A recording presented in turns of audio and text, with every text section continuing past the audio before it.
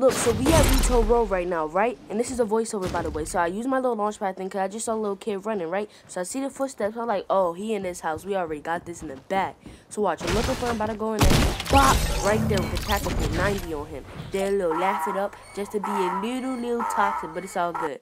Okay, so now we at Pleasant Park with some of the clan members. So I hear a kid, so I'm like, I'm gonna wait for him. I'm gonna open the door, wait for him. Pop up of about 27. It's almost died at 18 HP, but we still got that kill though. We did a little toxic laugh it up, you know, the clan emote, and then boom, killed him. Now we at Retail Row. I see the kid. I'm like, I'm not gonna go follow him. Let's still see what he do. Let's be tricky.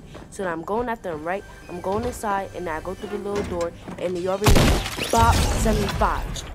And then this is a clip with a different skin, Rex. And then Bop 150. Already know the little Billy bouncing that kid. Already know what had to happen. He's dead. He gone. Deuces, guys. Yeah. Ooh. Let me. Hey. Ooh. Hey. I do it. Run that bitch up like a track. Run that bitch up like a track. Give me the pack and I might take that. She got